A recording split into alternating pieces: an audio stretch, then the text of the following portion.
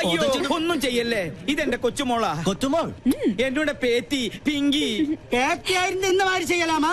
എന്ത് ചെയ്യാനാ, ഇങ്ങനെ ആയി പോയി. സഹകരിച്ചതിന് എല്ലാവർക്കും നന്ദി.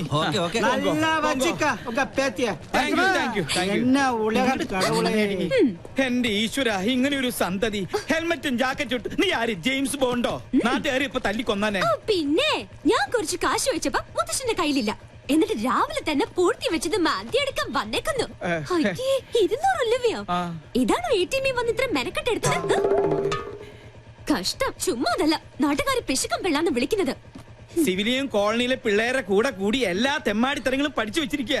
ഇങ്ങനെ ഒരു വിത്ത് എന്റെ മോന്റെ രക്തത്തെ തന്നെ പിറന്നൂല്ലോ. 50 പൈസ എവിടെ? ഈശ്വര, അയ്യോ എന്റെ മാല.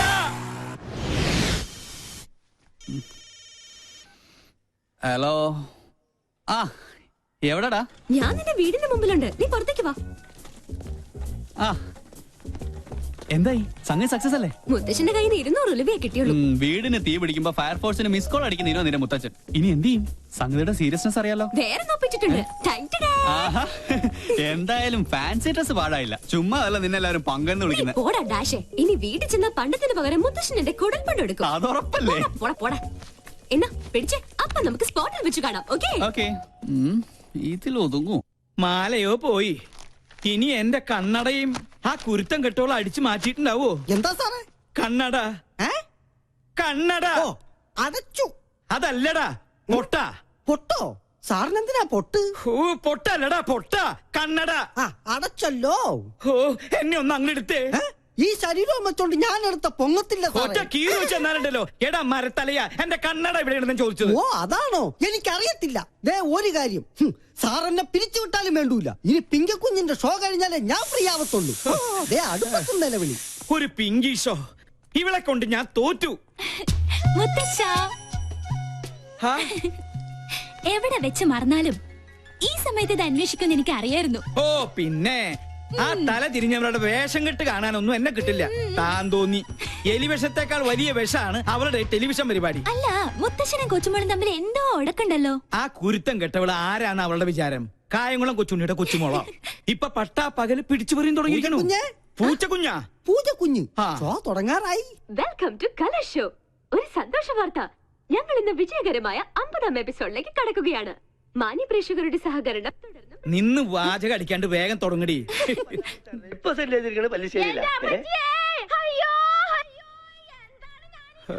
മാല അടിച്ചു മാറ്റിട്ട് അവളുടെ കളി.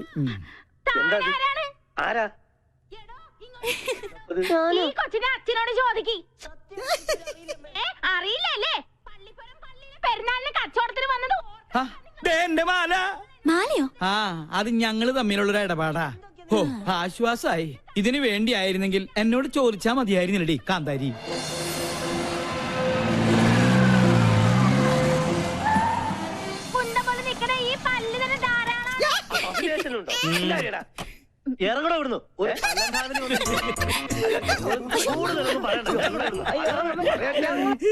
അടുക്കളയിൽ ജോലിയൊന്നുമില്ലേ?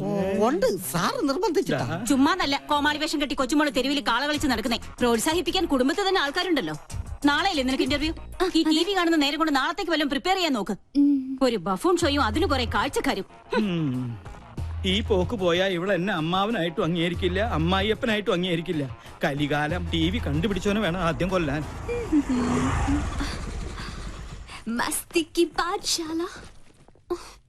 എന്താ എന്റെ ഷോ വെക്കാതിരുന്നത്? ഓഹോ, പട്ടാളത്തിന്റെ വിലക്കുണ്ടാവും. അതെ, ഞാൻ തന്നെ ഓഫ് ചെയ്തത്. നിന്നെ രാഷ്ട്രം ആദരിക്കുന്ന ചടങ്ങൊന്നുമല്ലല്ലോ TVയിലുണ്ടായിരുന്നത്. കണ്ട അലവിലാതി സിവിലിയൻ പിള്ളേരോടൊപ്പം കൂത്താടി നടന്ന് ഓരോരോ കോപ്രായങ്ങളും കാട്ടി മനുഷ്യന്റെ മാനം കെടുത്താൻ ഇറങ്ങിയിരിക്കുന്നു. മെയിൻ സാബിനോട് ഞാൻ എന്നും പറയാറുള്ളതാ, എല്ലാ പ്രൊഫഷനും അതിന്റേതായ അന്തസ്സുണ്ട്. അല്ലേ മുത്തശ്ശ? പട്ടാള നിയമം അടിച്ചേൽപ്പിക്കരുത്. എനിക്കിഷ്ടമുള്ള ഒരു ജോലി ഞാൻ ചെയ്യുന്നു. എൻ വഴി താൻ ഈ വഴി. അല്ലെങ്കിലും നിന്റെ ഇഷ്ടം തന്നെ ആയിരുന്നല്ലോ എല്ലാറ്റിലും. എൻട്രൻസ് പാതിയിൽ നിർത്തി. ചേർന്ന കോളേജിലെല്ലാം പ്രശ്നക്കാരി. നിന്റെ അച്ഛനെ പോലെ അന്ന് ഞാനും സാമർത്ഥ്യം കാണിച്ചിരുന്നെങ്കിൽ ഇതൊന്നും കാണേണ്ടി വരില്ലായിരുന്നു. രാജലക്ഷ്മി, എന്നെങ്കിലും ഒരു മനസ്സമാധാനം ഇവിടെ എനിക്ക് തന്നിട്ടുണ്ടോ? താൻ തോന്നി. അതെ, താൻ തോന്നി, തന്നിഷ്ടക്കാരി. അങ്ങനെ ഒരുപാട് വിശേഷണങ്ങൾ ഉണ്ടല്ലോ എന്റെ പേരിൽ. നീ അകത്ത് പോ, അല്ലെങ്കിൽ ഞാൻ മിണ്ടിയല്ല കുറ്റം. നീ ഇപ്പൊ ഒന്ന് സംസാരിക്കണ്ട, അകത്ത് പോയേ. രണ്ടെണ്ണത്തിൽ ഒന്ന് ഇങ്ങനെ എന്ത് ചെയ്യാന്? അതിന്റെ സമയം അത്രയ്ക്ക് മോശ. ജോത്സ്യം തന്നെ പറഞ്ഞതല്ലേ. സമയദോഷത്തിന്റെ പേരും പറഞ്ഞു വല്യമാമ തന്നെ അവൾക്ക് വളം വെച്ച് കൊടുക്കുന്നത്. നിഷേധിക്കുന്നില്ല. ഇത്തിരി ശാസനയുടെ കുറവുണ്ട്. ഇപ്പൊ തന്നെ അത് ശരിയാക്കി തരാം. എടി പിങ്കി, പിങ്കി, നീ കുറെ ദിവസമായി തുടങ്ങിയിട്ട്. എവിടെ അവള്? നിന്നെ ഞാൻ ഇന്നും. പിങ്കി, സുഖല്ലേ? എന്റെ മാല എവിടെ? കേട്ടില്ലേ കോട്ടയത്തിന് കോട്ടപ്പിള്ളേച്ചൻ 90 കഴിഞ്ഞപ്പോ പെങ്കടിക്കാൻ പോയി. മാല കേട്ട് വന്നു, കോട്ട വാങ്ങി വന്നു. മാല വേണോ കോട്ട വേണോ? രണ്ടും. ആദ്യം കോട്ട പിന്നെ മാല. ഓക്കേ. ഈ പട്ടാളവും കലയും തമ്മിൽ ചേരില്ല മുത്തശ്ശ. കണ്ടില്ലേ, ഇതൊക്കെ കലാരംഗത്ത് എനിക്ക് കിട്ടിയ അംഗീകാരങ്ങളാ. വേണേ കൊണ്ട ഒരു കല പോലും പട്ടാളം രാജലക്ഷ്മിയുടെ ജീവിതത്തിലുണ്ടോ? അസൂയ, പെരുന്തച്ചൻ സിൻഡ്രം. നീ എടുത്തൊഴിക്കടി.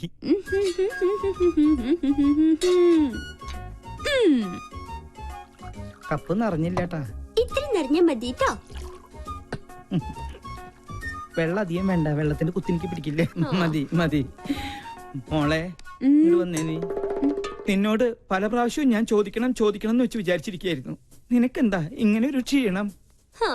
അല്ല, ദേ ഈ നിധിവേടത്തിന്റെ താക്കോല് ഇനിയെങ്കിലും എന്നെ ഏൽപ്പിച്ച നിനക്കെന്താ ഒരു പ്രശ്നം? പിന്നെ എനിക്കെന്താ ഇവിടെ ഒരു പിടിവള്ളി? അത് ശരി, എന്റെ വീക്ക്നെസ് വെച്ച് തന്നെ നിനക്ക് കാര്യം നടത്തണം അല്ലേടി കാന്താരി? നിനക്കൊരു ക്ഷീണമില്ല. കുടിക്കാൻ വരട്ടെ? അല്ല മുത്തശ്ശ, ഡയബറ്റീസ് വേണ്ട. പിന്നെ കൊളസ്ട്രോൾ കിട്ടിയില്ല. ഓ, അപ്പൊ പ്രഷറോ? Thank you thank you thank you. നേരാ നേരം മരുന്നും പത്തിയും നോക്കി പട്ടാളം പരിചരിക്കുന്ന ദേഹാ ഇത്. ഓർമ്മ വേണം. എടി, വയസ്സ് നമ്മുടെ കയ്യിലല്ല, പക്ഷേ ആയുസ് അത് കൂട്ടണോ കുറയ്ക്കണോ എന്ന് തീരുമാനിക്കുന്നത് നമ്മളാ. അയ്യോ, ക്യാൻസർ തന്നില്ല. വലിച്ചാട്ടേ. വലിപ്പിക്കാൻ വരട്ടെ. എവിടെ എന്റെ മാല? ഞാൻ അത് ടിവിയിൽ കണ്ടു. അമ്പടി കള്ളി. എന്താ ഇത്? മുത്തശ്ശന്റെ തല പോലെ ഉള്ള പൊള്ളയായതുകൊണ്ട് ഇതിന്റെ കച്ചവടം നടന്നില്ല. അപ്പൊ എന്റെ മാലയോ? പാവം, ഏതോ തട്ടാന്റെ ഉമിത്തിയില് അതിപ്പോ വെന്തൊരുക്കുന്നുണ്ടാവും. അമ്പടി, അപ്പൊ നീ അത് വിറ്റുല്ലേ? എടാ ഡാഷേ, ഞാൻ പറയുന്നത് നീ അങ്ങോട്ട് കേട്ടാ മതി. നാളെ കാലത്ത് ഷൂട്ടുള്ളതാ. സ്റ്റോറി ബോർഡൊക്കെ റെഡി. ക്യാമറയുമായി നീ അങ്ങോട്ട് വന്നാ മതി. പിന്നെ ആ പരമ ബോർഡുണ്ടല്ലോ ഗോപി, അവനോട് പറഞ്ഞേക്കണം. തീന്മേശയിലാണോ നിന്റെ തന്നോന്നിത്തരം? ടേബിൾ മാനസ് അറിയില്ലേ നിനക്ക്?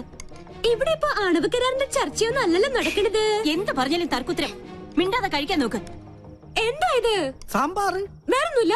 ഉണ്ടല്ലോ, അവിയൽ, ചീര, ഓലൻ, ഇഞ്ചിക്കറി. ഇതിന്റെ എന്ന് ഇവിടെ ഇലയും വേരും പുല്ലും മാത്രം. ഉള്ളത് കഴിച്ചാ മതി. ഭക്ഷണത്തിലും പട്ടാളം ചിട്ടോ. എനിക്ക് വേണ്ടേ. എന്ത് രസമായിട്ടാ കുട്ടി പോണ. തലതെറിച്ചവൾ കണ്ടില്ലേ വാശി? പെണ്ണാ ഇവള്. നിനക്ക് തെറ്റി.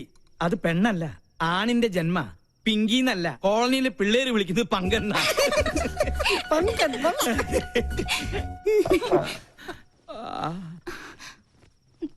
മോള് കഴിക്ക്. ഇതിവിടെ പുത്തിരിയൊന്നും അല്ലല്ലോ. അസുരഗണം, ദേവഗണം. തീന്മേശയിലല്ല, ശ്വാസം പോയി മരണപ്പായിൽ കിടത്തിയാൽ പോലും ഇവര് തമ്മിൽ ചേരില്ല. എനിക്ക് മതി. എന്നാ പിന്നെ എനിക്കും മതി. അതാ നല്ലത്. അല്ലെങ്കിൽ വേണ്ട. സ്വന്തം മാല നഷ്ടപ്പെട്ടവനെ ഞാൻ. അതിന്റെ ക്ഷീണം എനിക്കുണ്ട്. അത്താഴ പട്ടിണി കിടക്കേണ്ട ഒരു കാര്യമില്ല. കുട്ടിരാമ, നീ ഇത്തിരി പച്ചമോരും എടുത്തേ. പച്ചമോര് നീലമോരും ഒന്നും ഇവിടെ ഇല്ല. വേണമെങ്കിൽ ഇച്ചിരി വെളുത്ത മോര് തരാം. മാല നഷ്ടപ്പെട്ടവനെ ഞാൻ. നീ എന്നെ കൊണ്ട് നിന്റെ കുടൽ മാല എടുപ്പിക്കരുത്. എടുക്കടാ.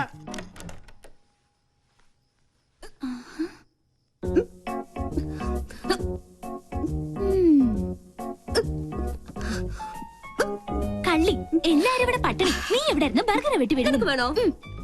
ഇത് വാങ്ങിയോണ്ട് ചുമ്മാ നമ്പർ ഇട്ടല്ലേ? അതുകൊണ്ട് അമ്മ പട്ടിണിയായി. കിടക്കട്ടെ പട്ടാളൊന്നും പട്ടിണി. എന്തെങ്കിലും ഒരു നല്ല വാക്ക് അമ്മേനോട് പറഞ്ഞിട്ടുണ്ടോ? എല്ലാത്തിനും ഒരു കുറ്റപ്പെടുത്തലോ. നിന്നോടുള്ള സ്നേഹം കൊണ്ടല്ലേ അമ്മ ഇങ്ങനെ വഴക്കിടുന്നേ? പിന്നെ സ്നേഹം നിനക്ക് തോന്നുന്നതാ. സത്യം പറഞ്ഞ എന്റെ കാര്യത്തിൽ അമ്മയ്ക്കിപ്പോ വല്ലാത്ത വേവലാതി. കാലത്ത് ആ പട്ടാമ്പിക്കാര് വിളിച്ചിരുന്നു. എന്റെ ജാതകം ചേരില്ല അത്രേ. നശിച്ചൊരു ചൊവ്വാദോഷം. ഒരു ചൊവ്വയും ബുധനും. അതാ ഞാൻ പറഞ്ഞത്, നമ്മളായിട്ടൊരു അടിപൊളി ചെക്കനെ കണ്ടെത്തിയാ ഈ നൂലാമാലകൾ ഒന്നും ഉണ്ടാവില്ലാന്ന്. ഒന്ന് പോടി. അമ്മ മൊത്തം ടെൻഷനിലാ. ഹോസ്പിറ്റലിൽ എന്തൊക്കെയോ പ്രോബ്ലംസ് ഉണ്ടത്ര. നീ ചെന്ന് അമ്മയെ ഒന്ന് സമാധാനിപ്പിച്ചു. ഞാൻ അത്രയ്ക്ക് അങ്ങ് താഴ്ന്നു കൊടുക്കണോ? നമ്മുടെ അമ്മയുടെ മുമ്പിലല്ലേ. നീ വാ, നീ വാ.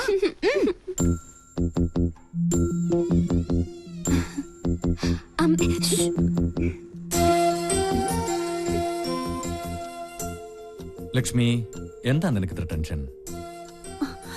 എന്താ നിനക്ക് പറ്റിയത്? ആരോടാ നീ പണങ്ങിയത്?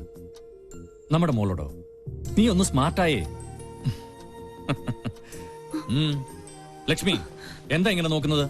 പിന്നെ പട്ടാള ഭരണം അങ്ങ് ഹോസ്പിറ്റലില് എന്റെ മക്കളുടെ അടുത്ത് വേണ്ട. മനസ്സിലായോ? എന്നെ കുറിച്ച് ഓർത്ത് എന്റെ അമ്മക്കൊന്ന് ടെൻഷൻ അടിക്കണ്ട. പെണക്കൊന്നുമില്ലാതെ നമുക്ക് മൂന്നുപേർ കൂടി കെട്ടിപ്പിടിച്ച്